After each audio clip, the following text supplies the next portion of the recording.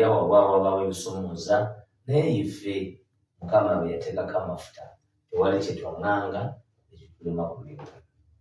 Leero mbadde ngezaako okugoberera pulogulaamu y'Amawulire agoberera ensonga ezimu ku zo zetuze tugenda maaso n'okubanga twogerako naddala mu pulogulaamu zirikira olina ebigambo by'owagamba Waiswa tunabona kusenguka nga tukyali eri ku Martin Road n'oŋŋamba nti Kyagulanyi alina ebisowaani ate oyinza pulezidenti nga tolina bisiyaani era n'oŋŋamba olina oba n'ebisiyaani ng'oli pulezidenti nti Kyagulanyi aketta maswali bwasinga oteeka obwongo kubanga singa abatakese. Oyo ye Alex Waiswa Mufumbiro, Deputy Spokesperson mu kibiina ki National Unity Platform. Waiswa Mufumbiro ku nsonga ezigenda mu maaso ez'ekibiina ezitabudde abantu abawagizi b'ekibiina kino n'abo abakulira ekibiina. Deputy President wa Buganda Mpuuga afuukidde ddala ekintu abantu kye beebuuliza nti ddala bulijjo gw'omyoka pulezidenti ng'ate weeyisa bw'otyo, kubanga Deputy President era mu buli ngeri aba pulezidenti nti pulezidenti w'ataba gw'omukiikirira gw'oba otunuulirwa ensonga. Kakati beebuuza nti obadde Deputy President ebbanga lyonna nga ddala weeyisa bw'otyo, olwo ekibiina bulijjo kiwa kifaananyi ki? Oba mu bantu eri gy'obeera ogenze abantu obalowoozesa ki NUP biki byeruubirira? Kubanga abantu bulijjo basuubira nti NUP erwanyisa nkola ya bwannakyemalira, erwanyisa kulya nguzi, erwanyisa kudiibuuda nsimbi ya mwi wa musolo ewatali nsonga. Ate bagenze okulaba nga tenemu NUP biyingidde nga pulezidenti mulamba gw'oli mu kukola ebikolwa ebifaananako bwe bityo. Wamma kino kintu kyakwennyamira nnyo era His Excellency Kyagulanyi Robert Ssentamu bwe yalabye guli gutyo n'agamba okuswaza ekibiina kyaffe omukulu ye kaddeko ebbali tulabe bwe tusobola okwasaganya ensonga zino n'abantu bazitegeere nti abadde alya enguzi agiryanga muntu ssekinnoomu so si ng'ekibiina. Tutambula ne Haji Ssettuba nno yakutuusako pulogulaamu zino. Nkujjukiza nti Haji Ssettuba mukubire ku ssimu ye eri 0703 31 39 25 bw'omutegeeza ensonga yo wamma ggwe agenda kukuyamba. Yesimbyewo nga talina kunnyonnyola gye nvuddewe kubanga ffenna abato ku ye mu myaka emitono tumulabye ng'akula, abato ddala bamulabye nga waali tawangaalidde Bulaaya, emirimu gye egisinga agikoledde wano. Bannayuganda bamumanyi mwana waabwe. Okay? Naye oluvannyuma lw'emyaka 4 nga Uganda eri mu buwambe, bannayuganda baazuula nti baali balina okukyusa okwesa kw'empiki.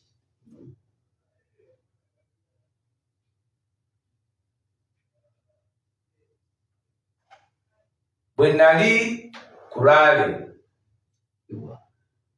eya His Excellency Robert Kyagulanyi Ssentamu Bobi Wine, ekisooka tunatuka ku Raale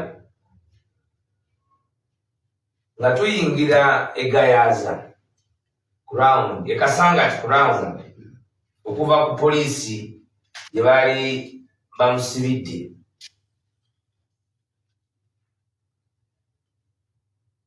Nalaba omuntu alina passion for the people,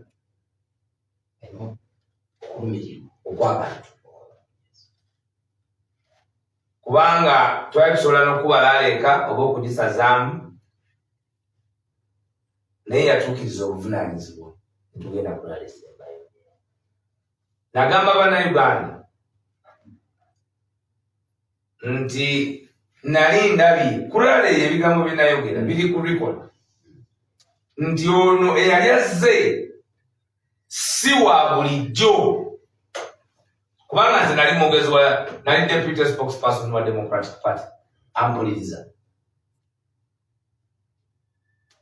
Era nze omu ku abo abaasooka mu Uganda mu Democratic Party, nze highest mu kibiina kya Democratic Party yenze highest level personnel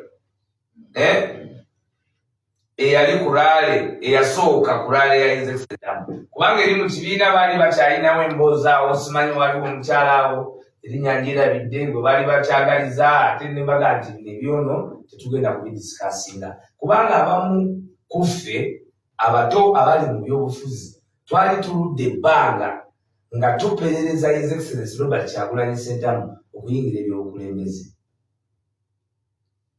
naye kulaale eyo nagamba bannayuganda abaali bali kulaale eyo era ebigambo ebyo Isa Musoke atera okubijjukira nti ono ne wano we yali azze okwesimba waali wagenda kubeera wafunda nnyo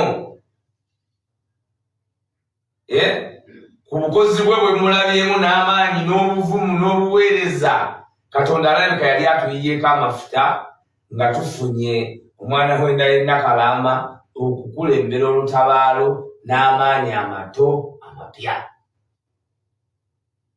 mpulira bulungi kayo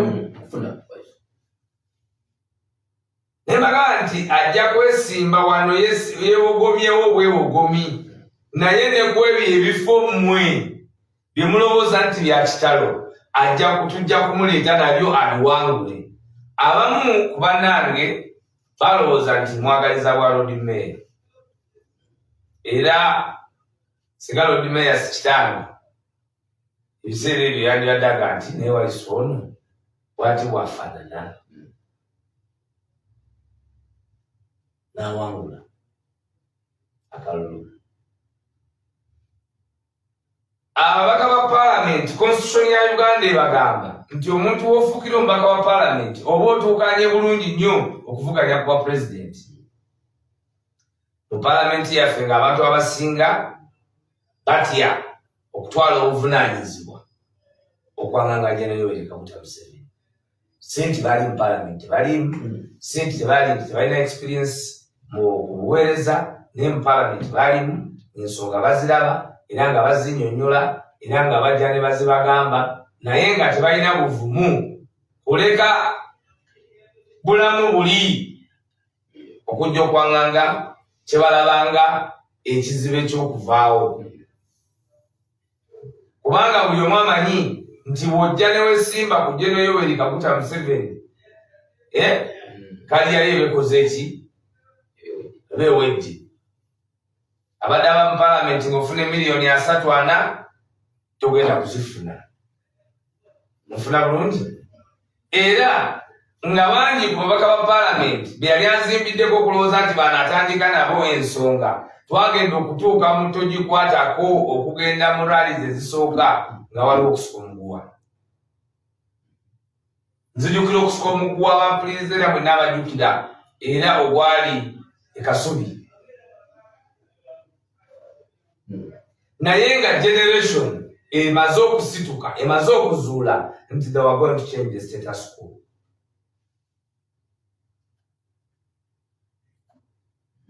mu Uganda waaliwo deficiency ey'obukulembeze abantu okuba abavumu mu Uganda mumpulirize bulungi ngambye mu Uganda nga waliwo issue y'obukulembeze abantu abasinga najja nkyogera nkiddingana ngamba obuzibu bwe tulina abo abayivu abandi badde bazanya rolo y'okukulembera the population abasinga kizibu omuntu okuva kwa permanent secretary najja yesimbawo mu opposition abagenda kwesimbirawo mu NRM kuba byabakoze nga permanent secretary tebimuganya kujja mu opposition badda mutakuki empingu wali wetaaga omuntu nga yeeteeseteese muka mu by'obugagga ebyensimbi nga yazibaako takyazirowoozaako mu by'obuvumu ne mu by'okubeera ng'ali ideologically upright ng'ate ali industrious naye ng'ali extremely talented, skillful and very eloquent at whatever he is going to have his hands on. Katonda n'atuwa superstar. Tugenda mu kalulu wakati mu bantu okulowooza nti tekisoboka omanye byaliwo unprecedented. Okay? Unprecedented. Ensonga y'essente eno okuba nti appreciating omuntu si kyekikulu ennyo, naye engeri gyereeteddwamu. President bw'amala okuwangula akalulu olw'obudde nga twagala okukola gavumenti kuba twali ffe tuwangudde n'akalulu ne bakanyaga ku mudumu gw'emmundu. Bwe bakanyaga ku mudumu gw'emmundu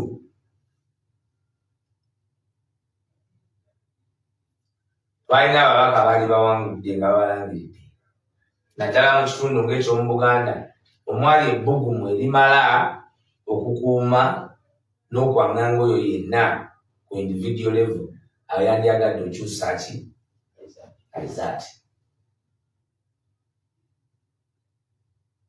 Bannayuganda ne wabeerawo debate mu kibiina,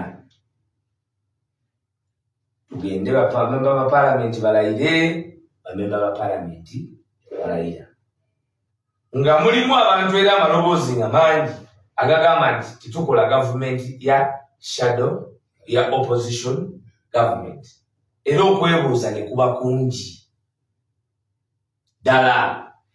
Naye wakati mu kwebuuza okubeera okungi ddala, His Excellency Robert Kyagulanyi Ssentamu n'obukulembeze bw'ekibiina ne buteekateeka gye tuyita the Ginger Nile Resort Retreat. Assalamu alaikum.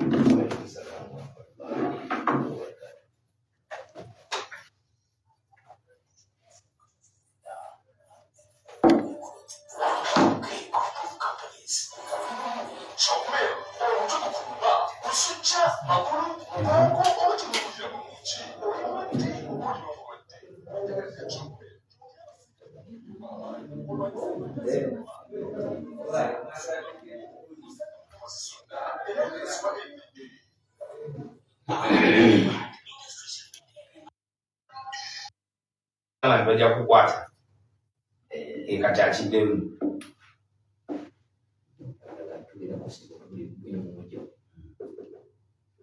So si kuyisa wala nkulaga tutuuka tukyokola gavumenti ya parliament. Yes.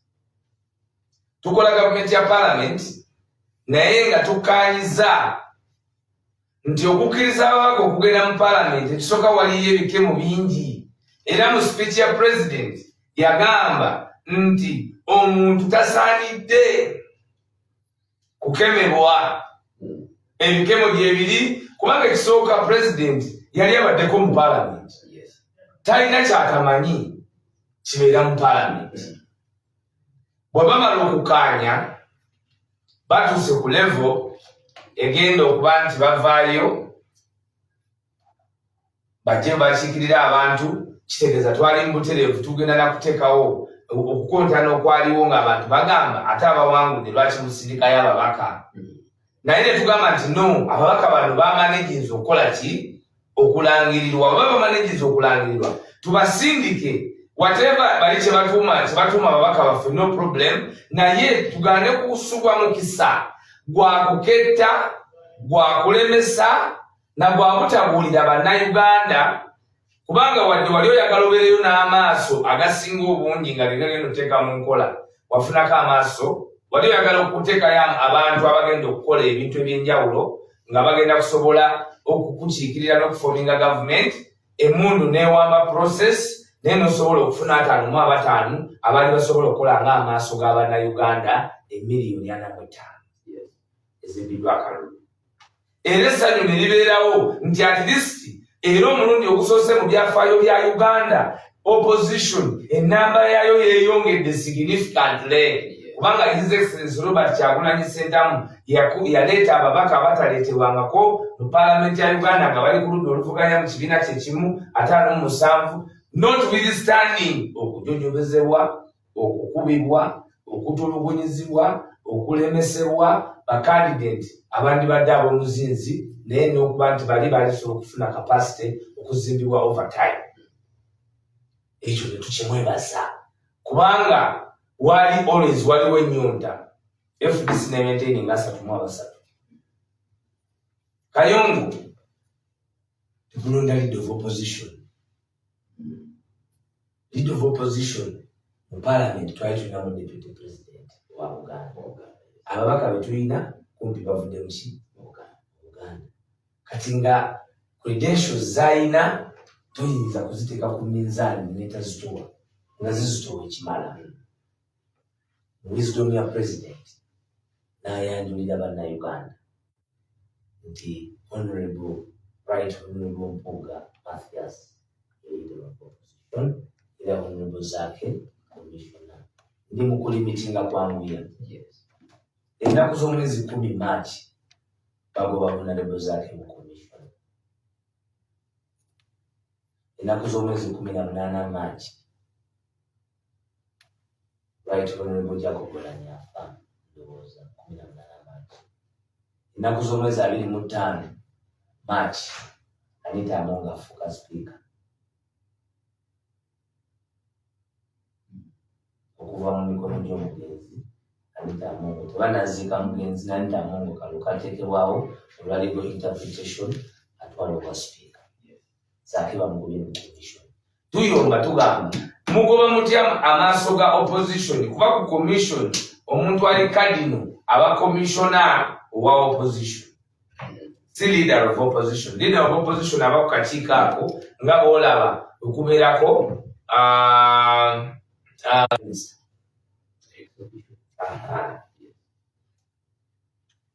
ennaku z'omwezi nga 8 April ebaziika speaker Jacob Olanyafa. Ampuliriza wano makulu mu Maachi 25 ng'ebula ennaku 5 okweza omwezi omulambo gwa April speaker alayira. Kitegeeza avuga omwezi gwa April gwonna nga speaker naye nga 8 April baziika Olanyafa. So speaker avuga okuva nga 8 April paka nga 6 May. Nkubalira nti tubale teri yonna yali talina kola. Ezo nnaku teziwera na 30 nga speaker wa Uganda. Ampuliriza mwetegereze nnyo wano. Right Honorable Mpuuga Mathias naye yali tanaweza myezi 6 kubanga yalondebwa mu June, July, August, September, October, November, December, January, February, March, April. Myezi 8. Ng'omwaka tegunnawera yakava mu myezi 6 egya probation kuba abakozi ba gavumenti mwenna njagala mmanyi nti probation okugamba nti omukozi oyo anaaba mutuufu oba anaaba mukyamu okumanya nti abitegedde nti asetolinze mu ofiisi giba emyezi 6 mu mateeka gye bagaa nti ni probation kwegamba adaptation, orientation ne ku university bagezaako okubawumbawumba emyezi 6. Mu myezi egyo meeting esooka ya speaker akakiiko kano abatuwuliriza katuulamu abantu bano wammanga. Katuulamu speaker, kakubirizibwa speaker, kakubirizibwa deputy speaker, katulako deputy speaker, prime minister wa Uganda ku lwa government, minister wa finance ku lwa government, attorney general ku lwa government okuwala ku nsonga z'amateeka, bakomishona 3 abava mu kibiina ekyawamba Uganda, then ne commissioner wa opposition yonna CNUP yokka yonna omu ne leader of opposition. Kitegeeza nti bannayuganda balinayo abasirikale bameka? 2.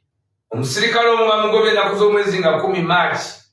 Ekiro ekyo balina omugoba kubanga speaker yali adduka mu ggwanga lya America e Seattle okulaba deputy speaker yali adduka mu ggwanga lya Seattle mu America okulaba speaker mukama we eyali atali bulungi mu kiseera ekyo.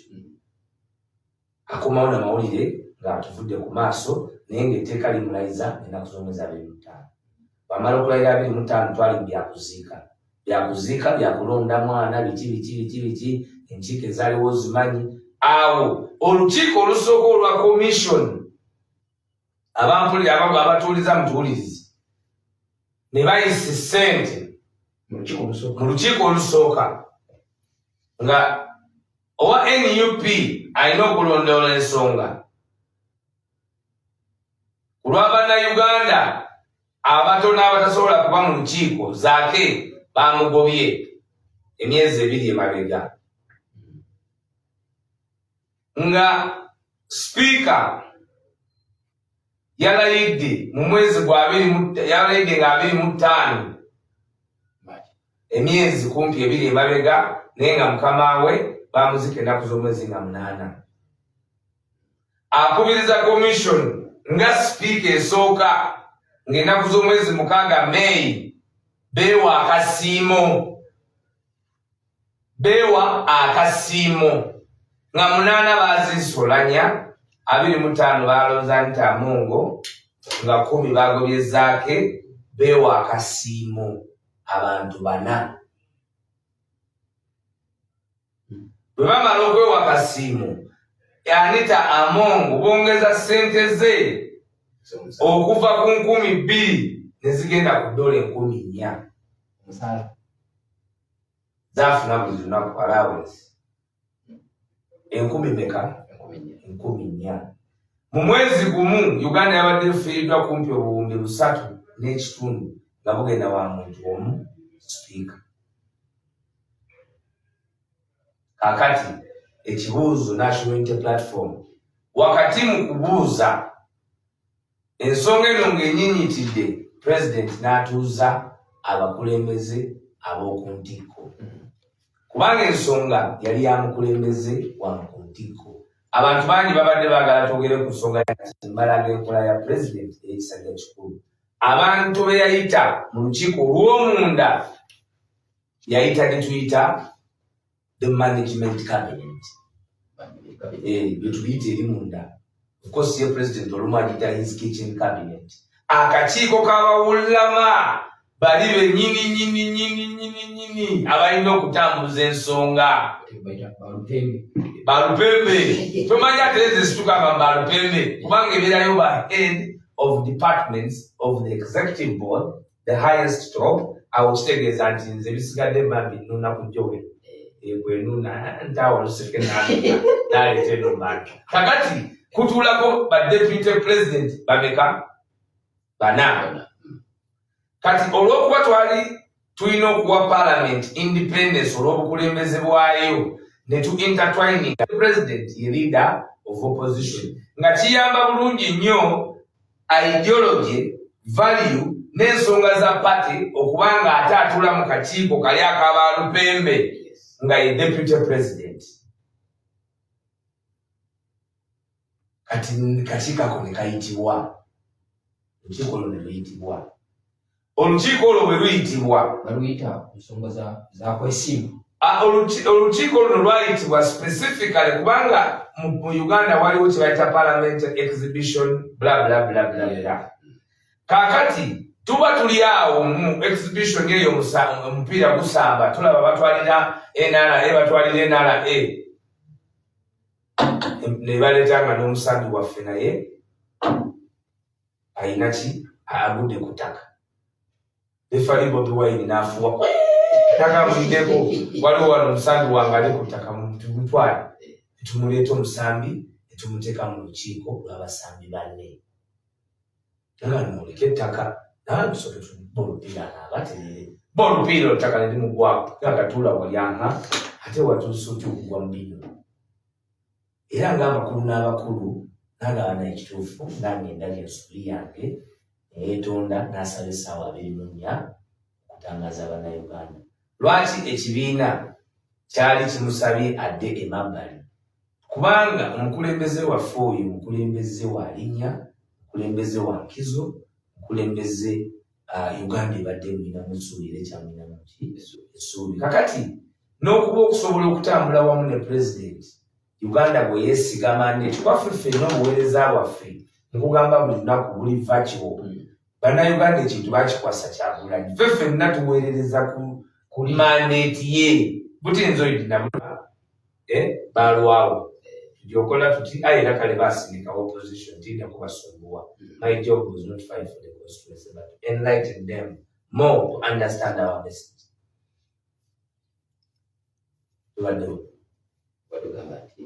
Bani program eno saagala ebinga ya bulijjo njagala omuntu atutegeere bulungi mumusanye mukuba olupiira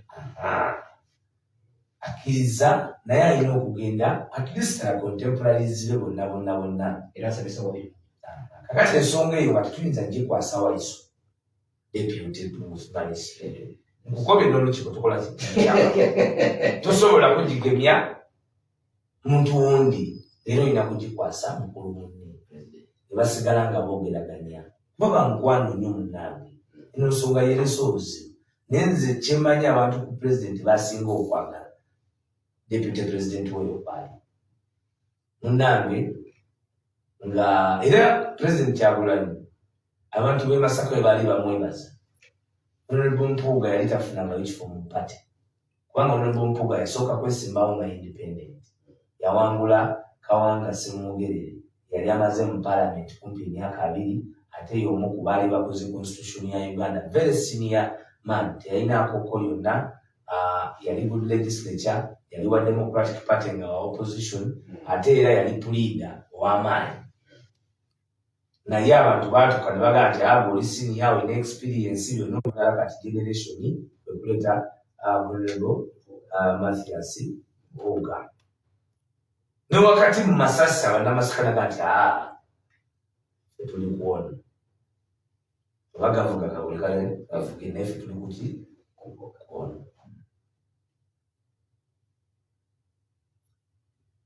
Bw'amala okuwangula nga independent ne tukola reconciliation mu Democratic Party era reconciliation eyo yakulemberwa mu Kasambidde ndio okwogera ne mu Kasambidde ne emazima era ku popo Honorable Mpuuga ne Honorable Segona bakaba mu kutuuka kwabwe baba bajjukira bulungi ze balisiivinga ontegera bulungi tegedewa nga nze ndi deputy spokesperson era nga bo tebalina bifu naye nga babaka ba parliament so ndi ku party structure tabadde na kifo kyonna kya party wantu wonna kuba teyalina seeds za political party experience obukulembeze mu party wasoose okufuna His Excellency Robert Kyagulanyi Ssentamu bonna leader of opposition Kyagulanyi commissioner Kyagulanyi deputy president Kyagulanyi nti teyatunuulira bino wadde mu parliament mwali mbaddemu ababaddemu Gonzaga Sewungu yali chief whip wa Honorable Mpuuga mu parliament eri ya 10 naye mu kino atabadde na kifo wadde committee vice chairman wa committee bamuleeta ne bamuwa ekifo ekya leader of opposition oyo muntu abatakwagala kakati bwe tutunuulira ne bakkaanya naga nti kati byakwetonda ffe tulabe ensonga bwe tunaayimirira naawe era tuginyonyole bannayuganda kuba ensonga bannayuganda be baali baguddewo katembi ensonga eno kabe kasinga tuyinza okuba twagimanyako before naye ne tugireka kuba waali tewali ki bujulizi tutegeeraganya bwe bakkaanya essaawa ziyitawo ensonga lwaki ekibiina tekyawandiika communication ku bye twali tukkaanyiza twayagala ekibiina kyayagala nti munnaffe kuba president we bamubuuza mu America Jajja Maria yagamba nti tayagala abeere omukulembeze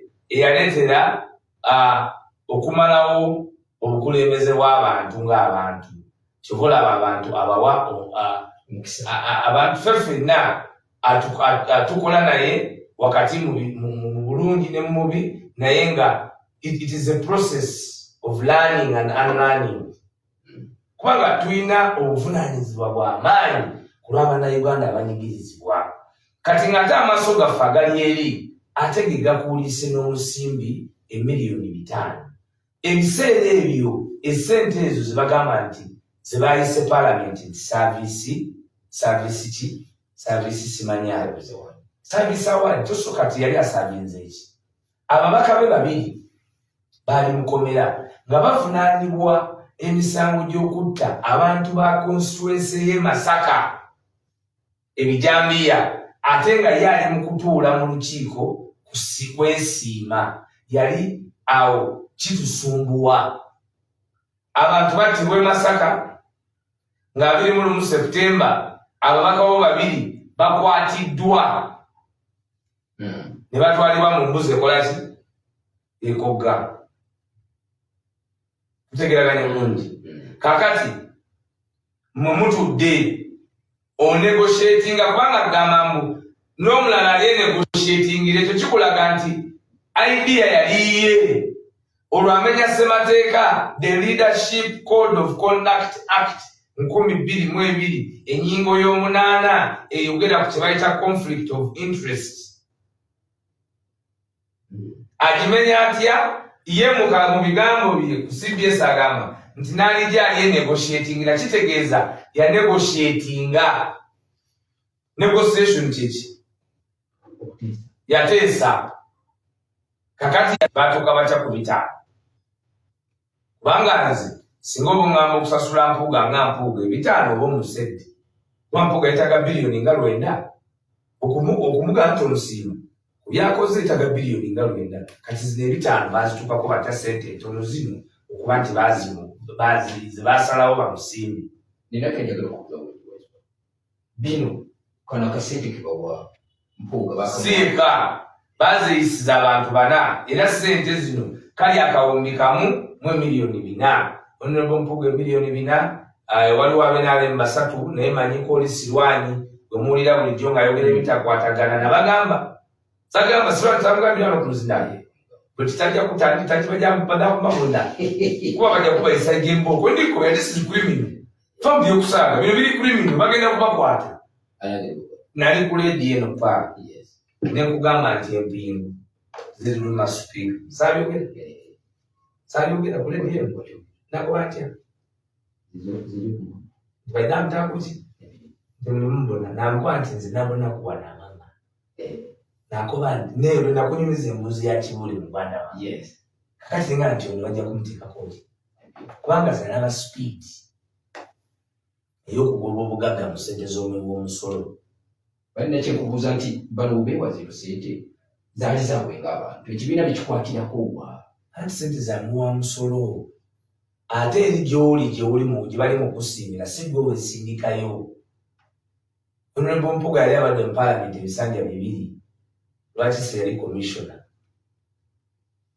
aba balowooza nti Parliament emuvunaanyizibwako lwaki teyali commissioner anita yali yamuteekayoko mu commissioner singa NUP yali tekkiriza ababaka kulayira ani yandibadde agendayo mu commissioner n'obwa commissioner yabufunye kubanga yagiddwa ku bwaloope kati lwaki kuolowooza nti oli asobola okumujja ku bwaloope n'atamujja kuba commissioner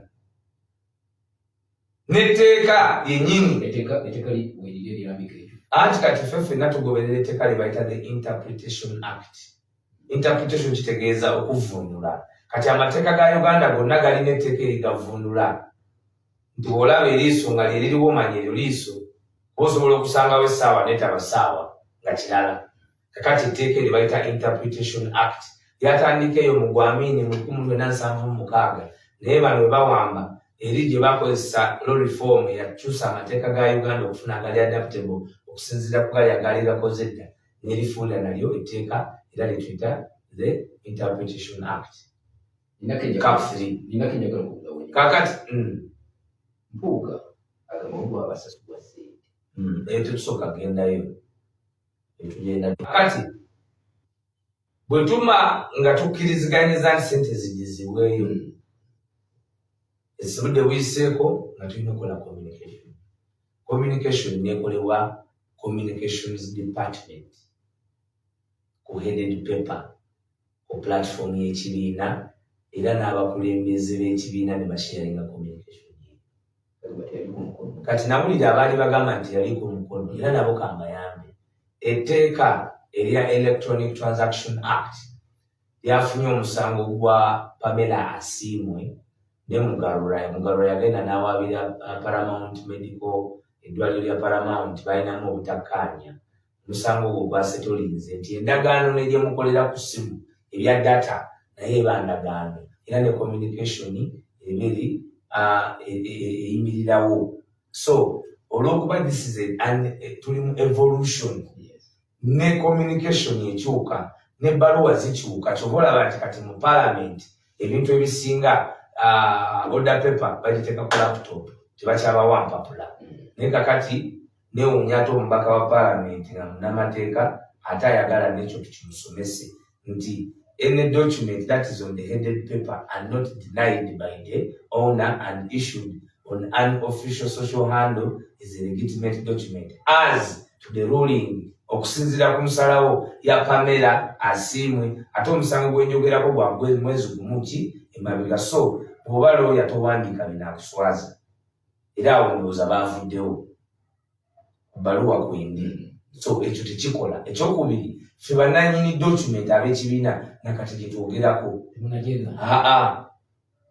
kyandibadde kirala nga tukoze eki. Ate buli bwali bubaka bannange twatudde naye mu kutuula twakkiriziganyizza mukulu munaffe agenda kudda ki emabbali, twamusabye ne tumuwa amagezi adde ku mabbali, bw'amaliriza tulabe bwe twetetenkanya okulaba nti addamu n'atubeeramu. Kitegeeza n'okwagalaza addemu atubeeremu. Kati musajja mukulu ate n'atasobola okuwa kitiibwa ab'ebitiibwa banne kubanga bakkaanye. Ffenna tetwalimu. Nange Waiswa nandize buzi nga mbagamba ekibiina kisazeewo olwaleero nti chief whip waddako ye Alusamad Alhamdu. Kati nze ne bwe njogera ate abayinza okimba. Oyo ye Alex Waiswa Mufumbiro ng'akutemaatemera ensonga z'ekibiina, ng'akutemaatemera amateeka agafuga ekibiina kya National Unity Platform buti abakulu bwe baali bagatemyetemye nga bakubuulira gwayingira omupya buti ekibiina ekyo bwe kirina okweyisa. Weewaawo ng'olwaleero abamu batugamba nti bo tebaategeera mateeka. Bagamba nti okubagoba ku bwa kamisona babagobye bweru w'amateeka naye bo bagendagenda mu kkooti baloope. Waiswa Mufumbiro bategeezezza nti ensonga zaabwe tuzitegeera ekiboogeza busungu naye nga bakkiriza bulungi nti babagobedde mu mateeka matuufu era nga n'ebintu ogenda okujja mu mawulire be babyagala bisigale nga biranda kubanga y'omukulu baayogerezeganya era ne bategeeragana ensonga neggwa. Naye bba abakulu bagiremezza mu mawulire olw'okuba nti bakyalina ebyabwe bye beenoonyeza. Ndowooza ekyanyinza n'okusiiba mukama wange deputy president agendere ku kibiina azzeeyo ssente yeetonde alekulire ekyo yabagambye tekukisuubira anti ngamye ndi musabe kubanga ntya nnyo bwe banaaba bali mu kukwata Anita ng'ate n'owange bamukwata. Kintiisa kyogamba bino biyinza okutuusa omuteekako ebisima kubanga anti-corruption act bane bakwata liri etteeka mwe baayita okukyajinga ab'amabaati etteeka kubanga kati gwebuuze baagula ebbaati abamu ne baganga nti ebbaati twaligula ne ligenda ne likola ki ne likola ekirala naye ate bano abatuula ne beewa ssente z'omuw'omusolo nga ssemateeka constitution ya Uganda ennyingo 93 ebakugira okukwata ku consolidated fund ekitavu ky'abantu. Ennyingo 93 kuba bino by'amateeka na morality. Kakati ffe n'omusango gwa Supreme Court waliwo omusango mulamba mu Supreme Court ogwayiditamininga nti Parliament terina buyinza kuyisa ssente era ssente mu Parliament zonna zeekozesa ne ba supplementary budget ziba by motion with the specificity kubanga mu commission tebakyasobola ziyita ex gratia kuba mu commission esente zino mu commission esente zino bali baziyisiza person to holder ate nga kirabo kati nga toyinza kweka kirabo ba parliamentarians mwene muzesigaliza kubanga abakusiima si bali botulalabo mu kakiiko nti okoze nnyo abakusiima be babaka ba parliament banno b'okulembedde naye nabo bategeredde muki kutwira ate babiri kutwira ababaka babonaabona ne parliament ababaka ba parliament gye basinze okubonaabona ababaka ba parliament bonna abasula ku parliament emmotoka ezisinga ziri mu basement buli munnamawulire gwe bajja kugobayo abamawulire naye ani bajja bagobayo ababaka ba parliament emmotoka bazivaako batambuza bigere nabo mu kibuga ngaffe baba ku booda kubanga ate akolanga sipiika ya waloni kati bwakubanja ng'ogireka mu basement n'ebisumuluzo